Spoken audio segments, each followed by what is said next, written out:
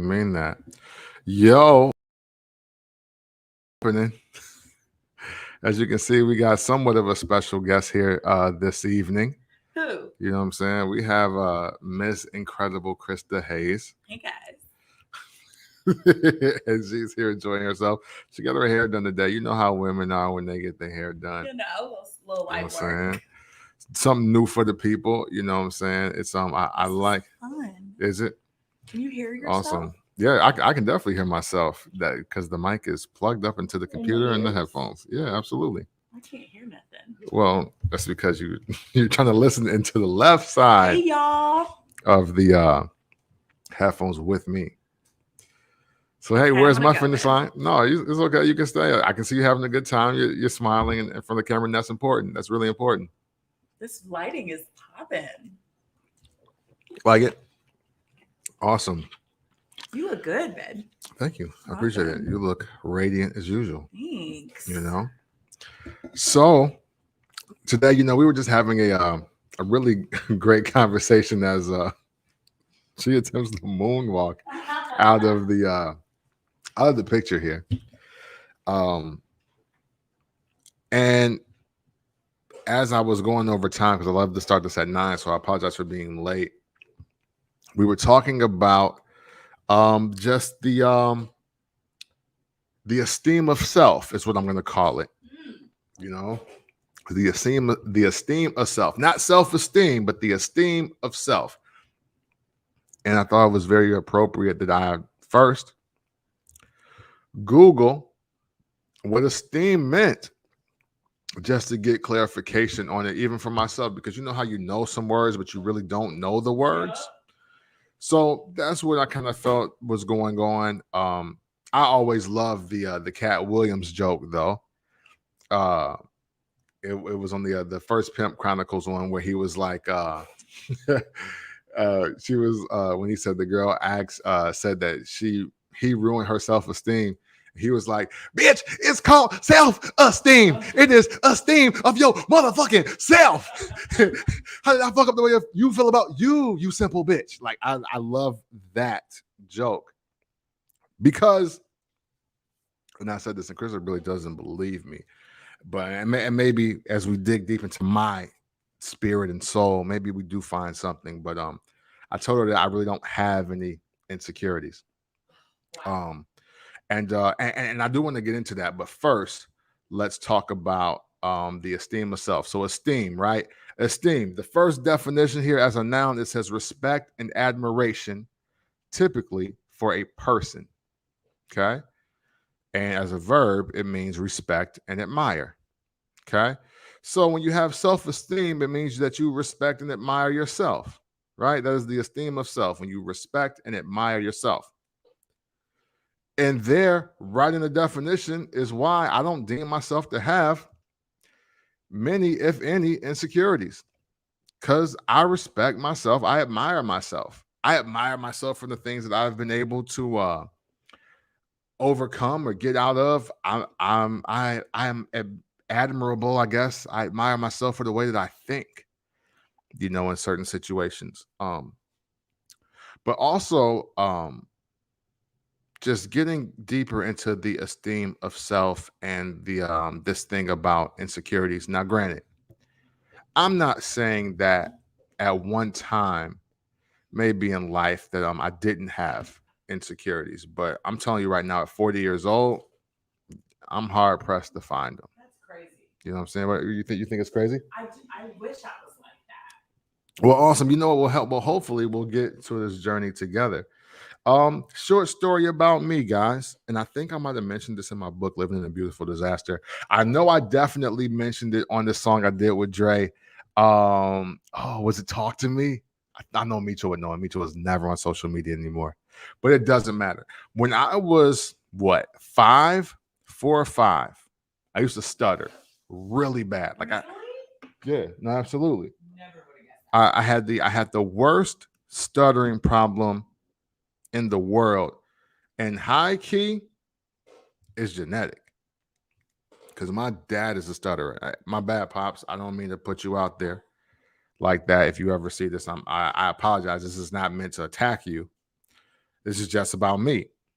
And when I was in kindergarten, I would stutter a lot, and they made it was almost like they kind of paint you as being dumb in the 80s, like in the early in the mid late 80s, early 90s. When you stutter, you're kind of considered stupid. But I don't remember if it was my speech and grammar teacher, or if it was just just my kindergarten teacher. I really don't remember. But like they really let the cat out of the bag. Like, no, Cameron's not dumb. He's just thinking faster than his mouth is allowing, or vice versa. I forgot what they said right now. It kind of escapes me. But with somebody just coaching me on how to relax, take a deep breath in, say what I gotta say, I was able to get my words out better. And it translated into me wanting to read more, and being able to read and finish a lot of books. It helped me with just communication. And I'll say it was one of the things that really made me very confident. Now, at the same time, though, and again, this is unless I'm burying this and anybody from my childhood really wants to come forward and say anything.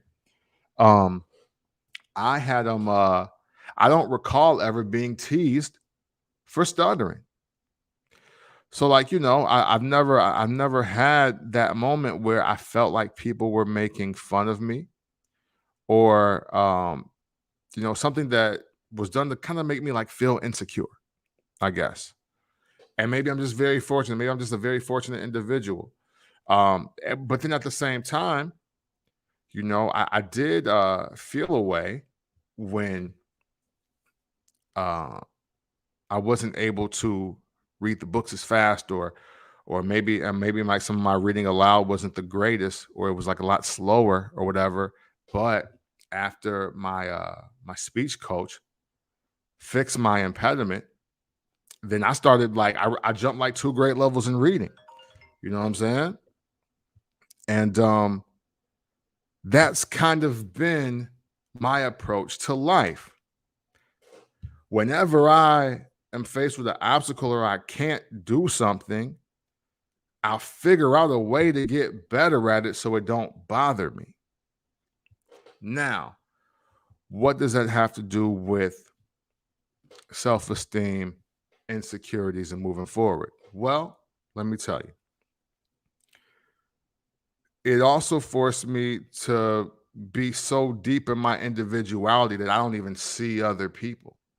You know, um, I consider myself a man of very little or if no ego at this point. At this point in my life, at 40, I consider myself to be that. But to me, high ego is a sign of insecurity for me. And when I say that, I mean in regards to this. I've never looked at any of your profiles on any platform and said, man, I want that. Or how did they get that and I ain't got it? Or why they always getting this and I don't got that? I've never done that. To me, excuse my slur, I think that's some sucking nigga shit, and I'm never trying to be a part of it. I am never envious or jealous of what other people have. I like what I got. And to me, I think that you have to have a high level of security in yourself, and you have to have very little ego to just be pleased with what you have, whether you have a lot or not. I don't come from money. I've always worked, and I watched my mom work a lot. And I bought my first pair of Jordans at 39 years old. I'd never felt one day insecure, whether it was basketball, track, just high school, college. I never went to the Jays parties in early Chicago. I never went to none of them, and I didn't sweat it. I didn't hate on the people that went, and I didn't feel that I had to buy a pair of Jordans to feel accepted. I bought them on my own time, and I never dissed anybody that had them, or or join the lynch mob of people that were like, why y'all spend all that money on shoes? You should buy stocks. You should go buy a duplex instead of buying fucking Jordans all the time. I've never been that type of person. So for me personally, and anybody can feel free to chime in whenever you decide to watch this, if you feel that somebody else having makes you feel less than, or it inspires you in a negative way, I think that's insecurity to me. You know what I'm saying? Like, I don't uh like, again, I'm just like, I've just never been like, I've never had that in me, like, oh my God, he got a Louis Vuitton jacket on, I'm less than because I don't have the Louis Vuitton jacket. I'm like, no, my Carhartt fresh with these Tims. Like, you know what I'm saying? Like, that's just because I came out how I wanted to come out. I'm I'm an individual. I'll tell you something, man. I don't know if I shared this story with y'all last week, but my daughter, she made me laugh. She made me realize how much of a smart mouth she has, and she impressed me all at the same time. It was like, matter of fact, it was last week, and she had just came in from the house, and she did not want to go and shower and get ready for bed. And I said, oh, matter of fact, she had said, yeah, I went out to Craven, and Krista was there, and we were having fun, and blah blah blah blah blah blah. And I was like, well, Krista's taking a shower and getting ready for bed, and your mom is, and your grandmother is. Like, why don't you get ready for bed like all the adults? Her response was, well, I'm not a follower.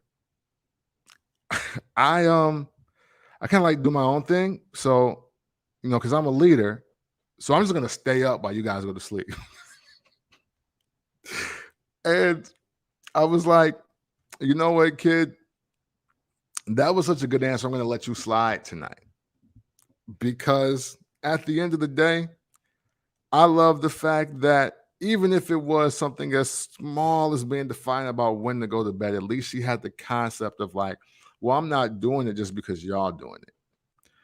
And one thing that I've always encouraged her to do is just to be her own person, no matter who that is. Like, that's why I don't like, I'm not really fans of like trends and waves and like doing what everybody says is supposed to be cool or down, because when the trend changes, how do you know you'll be able to keep up? How do you know it's even something that you'll want to do? Like, are you really doing things because you want to do them, or is it because the sum of your circle is doing them, or because everybody around you is doing it? There's no power in that, That's, to sidebar real quick while I got this on my mind, uniformity is also cancel culture in a way. Because why take all the people that think differently with strong opinions and strong voices that are willing to go against the grain? That's not really what even American government wants. They don't want outliers. They don't want defiant ones. They want people that follow protocol and work as cogs in the system. Like, that's what they want. And we also live in this world of the American dream, right?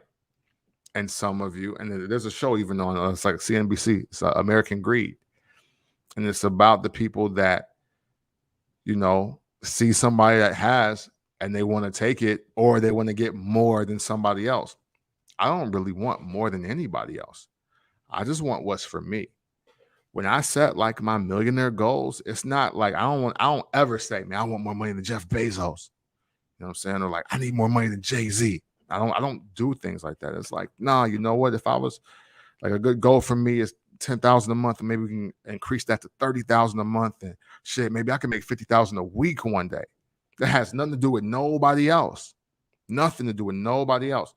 And I think it's only fair that I compete with myself, because I'm the only person who's going to ever live my life.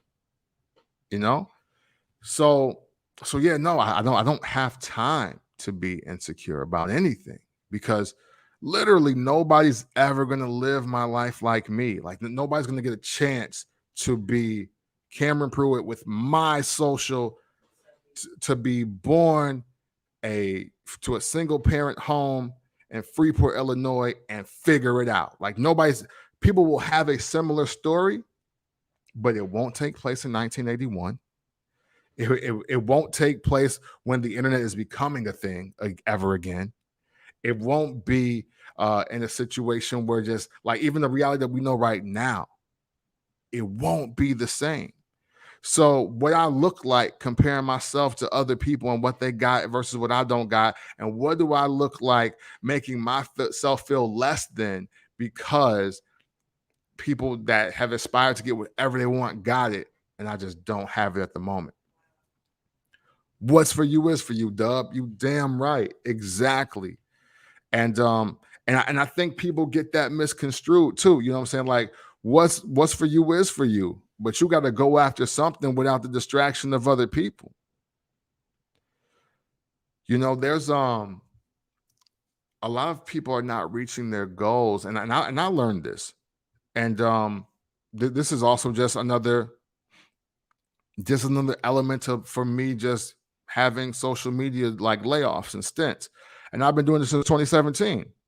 Like I told y'all, like yeah, like years ago. Shoot, I got off in 2017 for like 30 days and wrote a book because I wasn't concerned with the actions, reactions, statements, and comments and images of what everybody else was doing.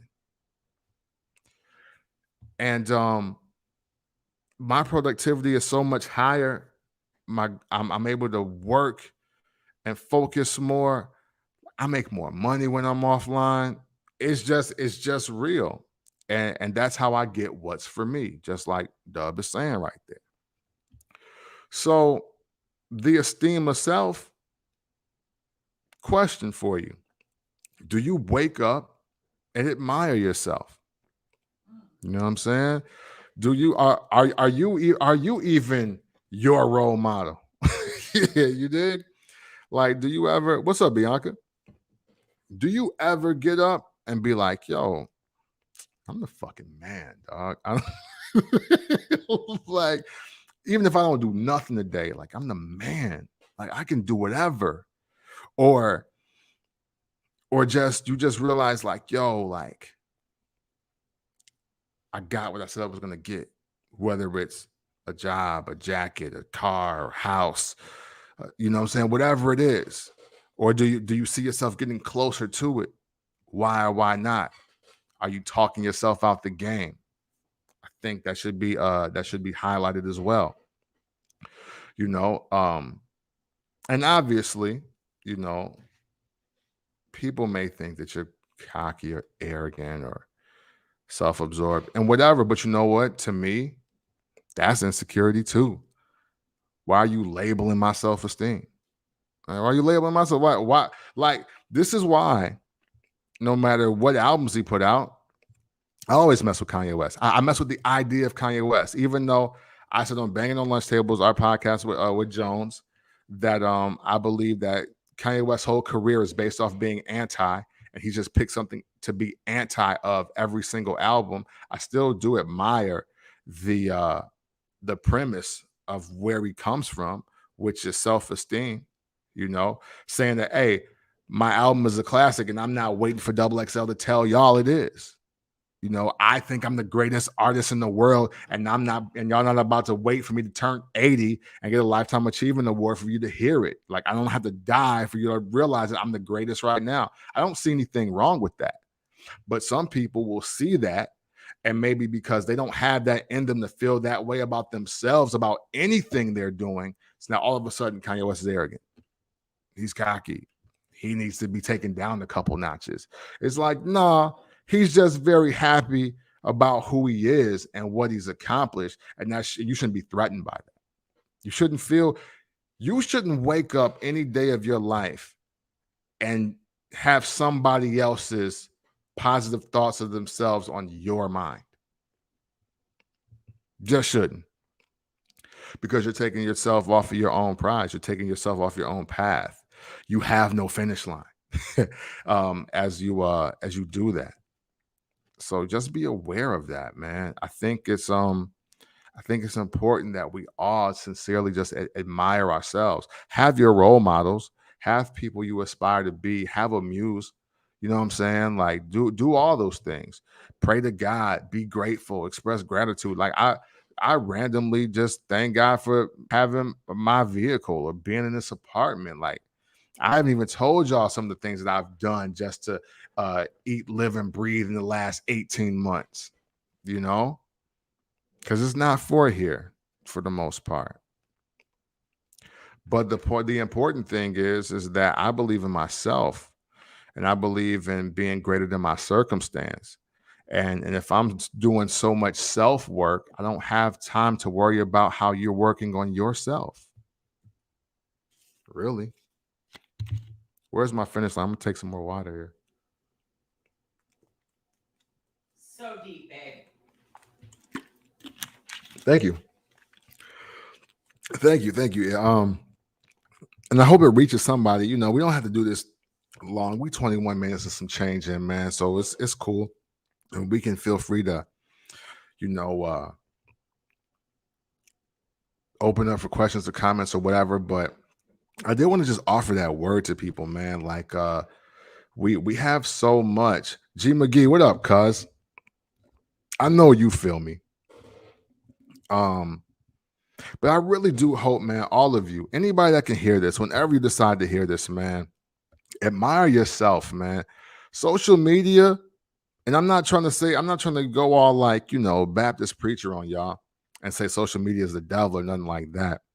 But social media really got a lot of minds effed up on the high.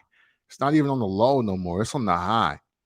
Because now millions of people, dare I say even a potential billion of people out here of all walks of life are walking around envious and trying to compete with other people just because of what they see them doing.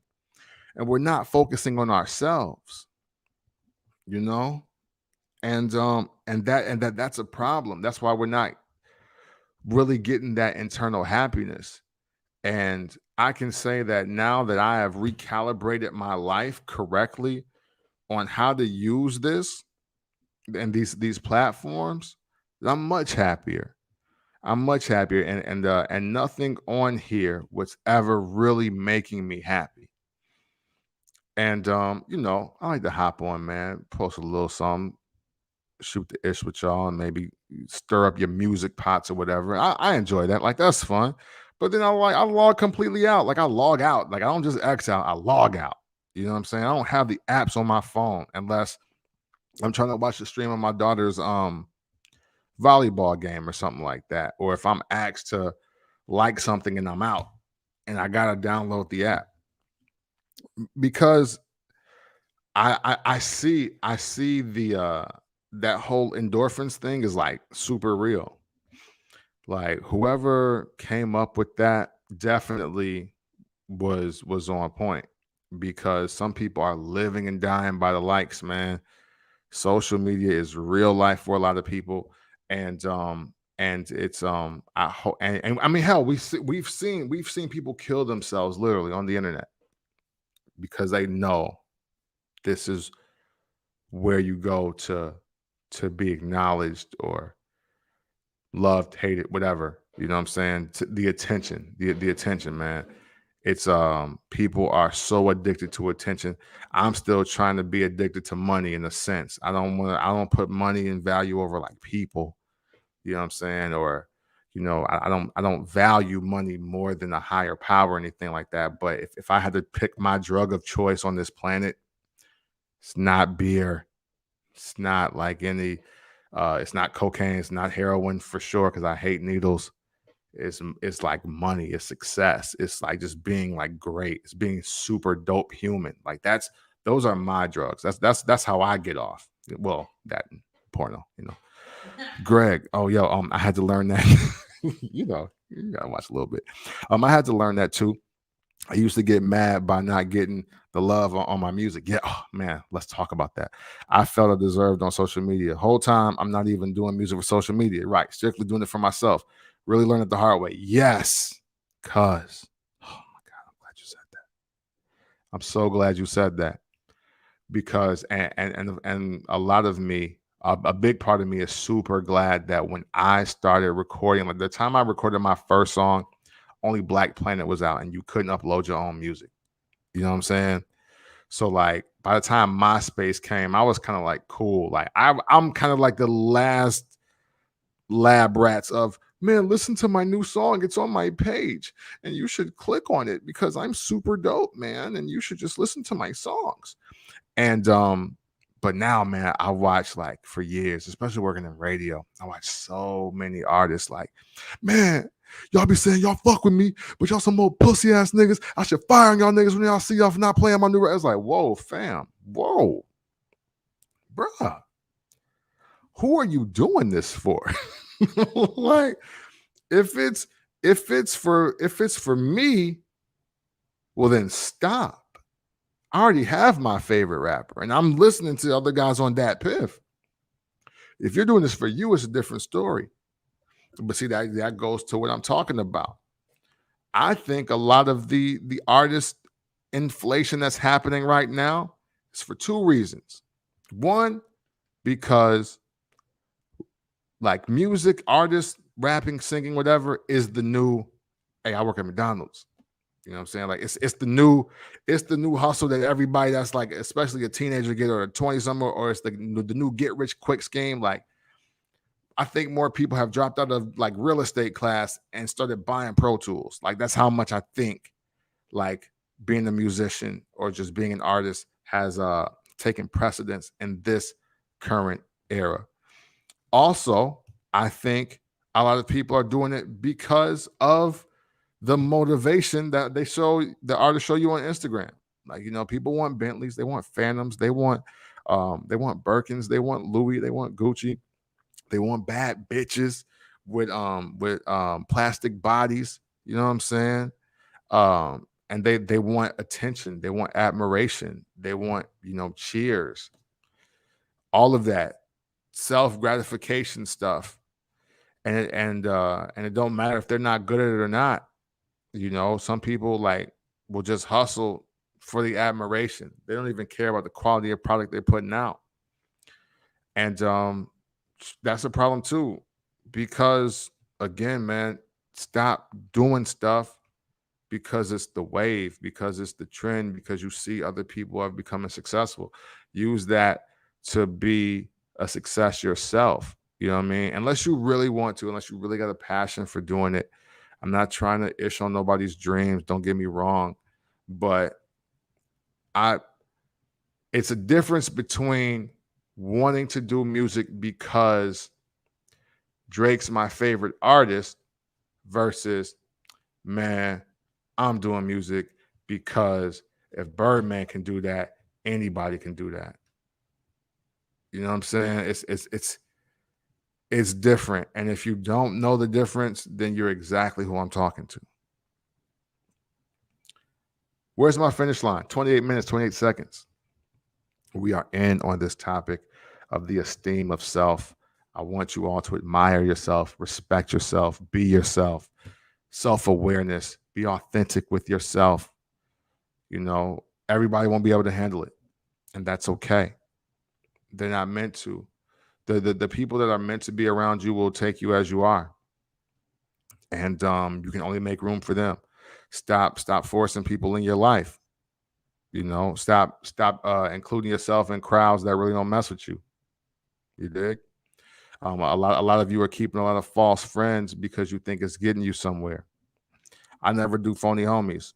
Um, you know, if you don't like me and we in public, I won't speak, and I won't speak back either. Some people can attest to that because it still is what it is on Tuesday. That it is on Thursday. I'm not changing up. Again, you don't have to like me. Oh, let me see. And don't get me wrong. It can start out as an infatuation of people who were doing it before you. Yeah, prime example. You know why I started music, but I grew into my own lane and grew to love the art for me. Yeah, absolutely. Hey, listen, but you were inspired though, and that's the thing, you know. Um, and I think inspiration hits people in different ways, right?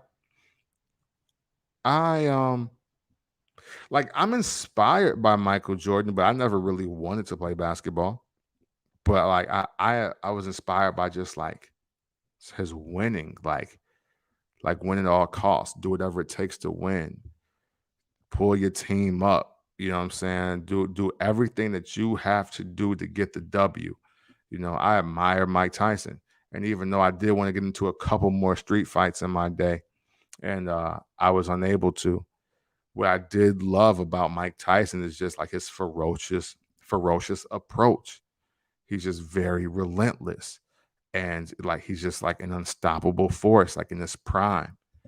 And that inspires me. Like I'm inspired by a lot of people that do things that I never even thought about doing, at least not for a career.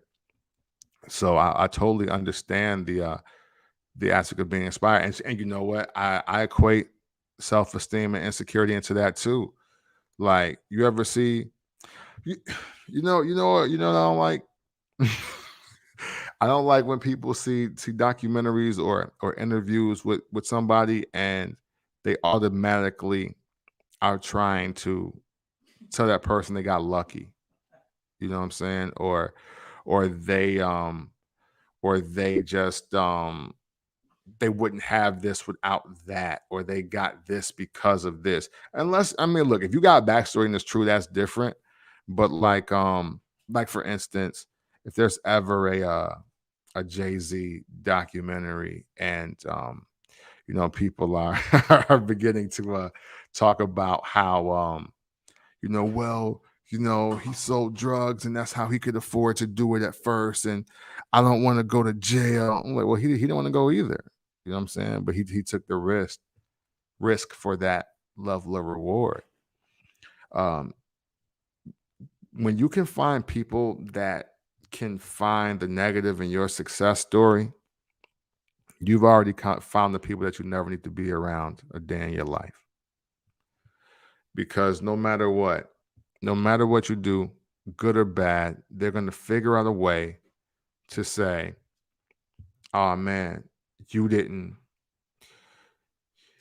I could have did that. Or, or man, anybody could do that. Well, then how come everybody don't though? You know what I'm saying? This man, yo, it's this if y'all ever hear, because y'all know Nas is my favorite rapper. It's like Nas, I think it's Nas and a Nori. And it's this song called Thugs Calm Down, or Calm Down. It might just be. I love that song because Nas's verse on there, he says it's he's telling the story, and then he's speaking it from his perspective, and one of the bars is like, asking man how he get that with his bitch ass, like like, you know what I'm saying, it's going in, like just going in on dude just because he got and he don't, you know what I'm saying? Like a lot of people move like that no matter what, you know what I'm saying? Like people hate to see other people shining even for a second, man. Like that's peak insecurity for me, you know what I'm saying? And I try to remove all that around me. Like if the thought of my success makes you uncomfortable, then just let's just not be cool and just agree that we're not cool. And at full transparency, I've had some homies that definitely have showed their insecurities towards me in a lot of ways over the years. And I don't retaliate because I'm not built like that. You know what I'm saying? Like I'm just not a jealous dude. I'm not a jealous guy in your town. You lamos. No, I'm not. So that's how I feel. Where's my finish line? 34 minutes, 17 seconds. Look, we're getting long in the tooth on this. Again, my final word. I think this another one of those episodes is just chock full of jewelry. So please take something out to live by it if you can. And I hope I did. And even if I didn't, if you took time to listen to it and you just feel me, dope. And if you don't feel me, and you want to comment about it, do that as well. I won't take it as a sign of insecurity. You know what I'm saying? So don't hop in there like, oh, I would say that this video is trash, but you might call me insecure. No, I won't. I won't even make the time, bro. Or sis. You know what I'm saying? Do your thing. It's fine. It's fine with me. But I'm gonna get out of here, man. It's been a long day and a half. I stayed up for the verses last night, Ja Rule versus Fat Joe. I enjoyed it. My quick thought, I kind of feel like Ja Rule won. I kind of, like maybe by like 1 round. But I went for Fat Joe by 3. And I'll stick with that because he did play the